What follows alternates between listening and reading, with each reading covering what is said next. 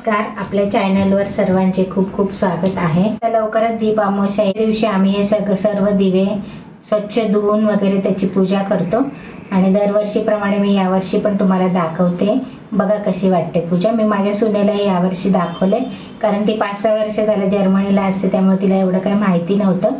यावर्षी मी तिला सांगितले तशी तिने ती पूजा केली आहे आणि दीप अमावस्येच्या दिवशी मुलांना पण ओवाळतात आणि मोठ्या मुलांना जे कुलदीपक आपले असतात त्यांना पण ओवाळतात, पण आम्ही तर सुनांना सुद्धा ओवाळतो।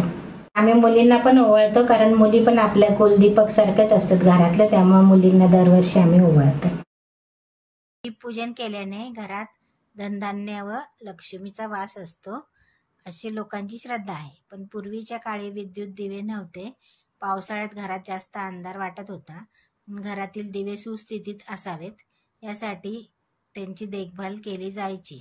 म्हणून कदाचित ही रीत असावी की सगळे दिवे स्वच्छ करून व त्या दिवशी पूर्ण सगळे दिवे लावतात। आपल्याला पूजा मांडायची ती जागा आपण स्वच्छ करून घेऊया। त्याच्यावर चौरंग मांडायचा आणि शक्यतो लाल कपडा चौरंगावर अंथरायचा। त्यानंतर चौरंगाच्या बाजूनी छान रांगोळी काढून घ्यायची। आता आपल्याला जिथे जिथे दिवे ठेवायचे आहेत तिथे आपल्याला तांदळाची आरास करून घ्यायची आहे। त्यावर हळदी कुंकू वाहून घ्यायचे।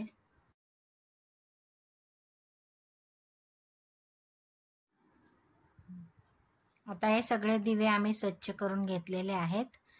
तांब्याचे, पितळेचे आणि मातीचे पण काही दिवे आहेत आणि ह्या दिवशी दिव्यांना खूप महत्त्व असते। आपल्याला अशा प्रकारे दिवे ठेवायचे आहेत। आता नंतर आपण त्याच्या दिव्यांमध्ये तेल आणि वात लावून घेऊया आणि आवडीप्रमाणे तुम्ही दिव्यांना सजवू शकता। गजरा आणून ते दिव्याला असं गोल गुंडाळू शकता किंवा फुलं ठेवू शकतात। आपल्याला आता सर्वप्रथम गणपतीची पूजा करून घ्यायची आहे। गणपती नसेल तर सुपारीची पण तुम्ही पूजा करू शकता। आजच्या दिवशी शंकर, पार्वती, कार्तिकेय आणि गणपतीची पूजा करतात।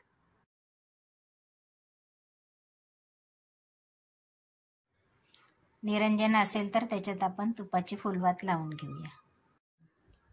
सर्व दिव्यांची पूजा करून घेऊयात।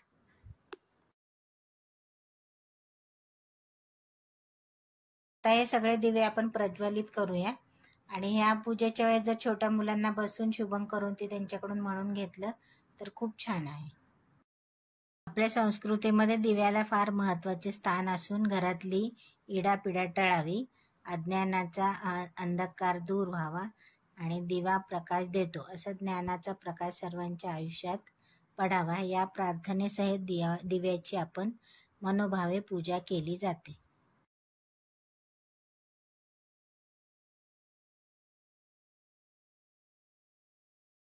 दिव्यांची पूजा केलेली, आता ज्योत लावल्यानंतर एकदा पूजा करूया।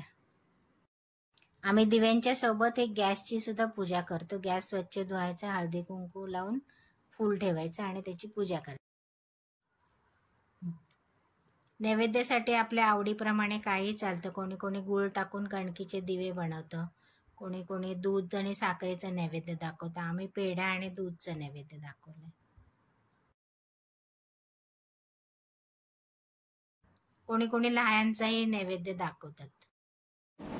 अशा प्रकारे आम्ही हे दीप पूजेच्या दिवशी असे सगळे दिवे लावून अशा प्रकारे पूजा करतो। दीप पूजेच्या दिवशी आपण लहान मुलांना, मोठ्या मुलांना सर्वांना ओवाळायचं असतं।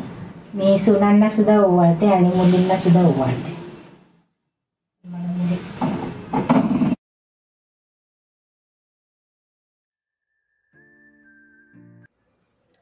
आणखीन एक खूप इंटरेस्टिंग गोष्ट इथे सांगायची आहे। आम्ही पूजेमध्ये आज बऱ्याच वस्तू ह्या मातीच्या वापरलेल्या आहेत, जसे की हे हळदी कुंकूचे पान, हे पण मातीचंच आहे। त्यानंतर हा दिवा, तसेच अगरबत्तीचं स्टँड, ह्या अशा बऱ्याचशा गोष्टी आम्ही मातीच्याच वापरलेल्या आहेत। मागच्या आठवड्यामध्ये आम्ही बनेश्वरला गेलो होतो, तिथेच आम्हाला एक दुकान दिसलं आणि त्या दुकानात खूप सुंदर अशा आकर्षक कलात्मक अशा मातीच्या बनवलेल्या वस्तू होत्या। त्यावरती पण मी व्हिडिओ नक्कीच बनवणार आहे। तसेच सगळ्यात इंटरेस्टिंग म्हणजे हा दिवा। हा जो दिवा आहे हा एकदम छान आहे। ह्या दिव्यामध्ये साधारण 250 ग्राम तेल बसतं आणि याच्यामध्ये तेल टाकण्याची टेक्निक अशी आहे की आपल्याला खालच्या साईडने याच्यामध्ये तेल टाकायचं आहे। त्यानंतर हा असा उभा करून जरी ठेवला तरी त्यातून तेल बाहेर पडत नाही. आणि ते जो एक स्लॉट दिसतो याच्याबद्दल आपल्याला वाद घालायची आहे. आणि समजा आपल्याला वाटलं की तेल खूप जास्त आहे किंवा आपल्याला हा दिवा विझवायचा आहे, त्यावेळेस आपण अशा प्रकारे त्यातलं तेल बाहेर काढू शकतो. साधारण 2 दिवसापर्यंत हा दिवा चालतो. आम्ही सुद्धा हा दिवा आणलेला आहे, पण आम्ही ठरवलं की नवरात्रीला हा दिवा आपण वापरायचा, त्यामुळे आज हा व्हिडिओमध्ये टाकलेला नाही. पण हे दुकान एकदम छान आहे आणि ह्या वस्तू सुद्धा छान आहेत.